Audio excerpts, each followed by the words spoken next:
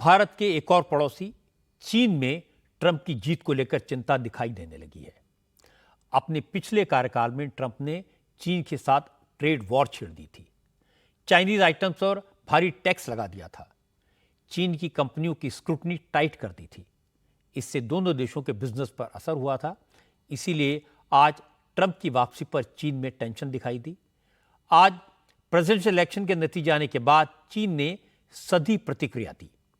चीन के विदेश मंत्रालय के प्रवक्ता ने कहा, अमेरिका में कोई भी राष्ट्रपति बने उससे फर्क नहीं पड़ता, चीन अपनी पुरानी नीति पर आगे भी चलता रहेगा। राष्ट्रपति का चुनाव अमेरिका का अंदरूनी मामला है। हम अमेरिकी जनता के चुनाव का सम्मान करते हैं।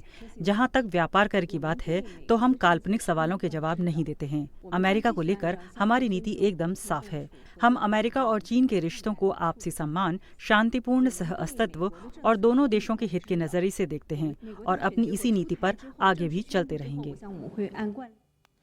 जहां तक यूरोप का सवाल है, ट्रंप की जीत से यूरोपियन देशों के नेता असमंजस में हैं।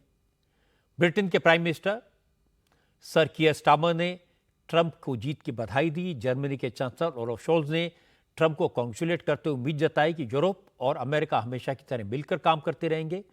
फ्रांस के प्रेसिडेंट मैक्रोन और यूक्रेन के प्रेसिडेंट ज़ेलेंस्की ने भी ट्रंप को शुभकामनाएं दी। लेकिन हकीकत यह है कि ट्रंप की जीत से यूरोपियन देशों के नेता थोड़े परेशान तो हैं। अपने पिछले टर्म में ट्रंप ने कहा था, यूरोप को अपनी सुरक्षा की जिम्मेदारी खुद उठानी चाहिए, अमेरिका कब तक उनका बोझ उठाएगा।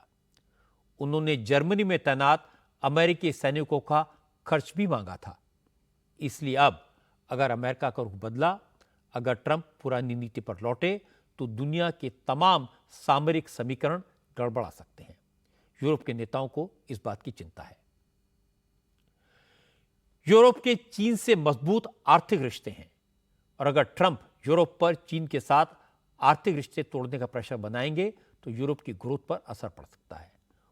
वहीं यूरोप की दूसरी बड़ी चिंता यूक्रेन वॉर को लेकर है। ट्रंप अपने पूरे चुनाव अभियान के दौरान यूक्रेन वॉर की आलोचना करते रहे।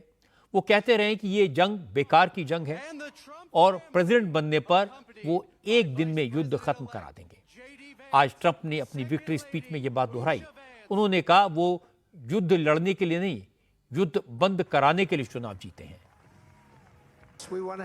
हम मजबूत सरहदें चाहते हैं, हम अपनी सुरक्षा मजबूत करना चाहते हैं, हम अच्छी चीजें चाहते हैं, हम अच्छी शिक्षा चाहते हैं, हम चाहते हैं कि अमेरिका ताकतवर और महफूज हो, हमारी सेनाएं ताकतवर हों और ऐसे हालात न बने कि हमें उनका इस्तेमाल करना पड़े।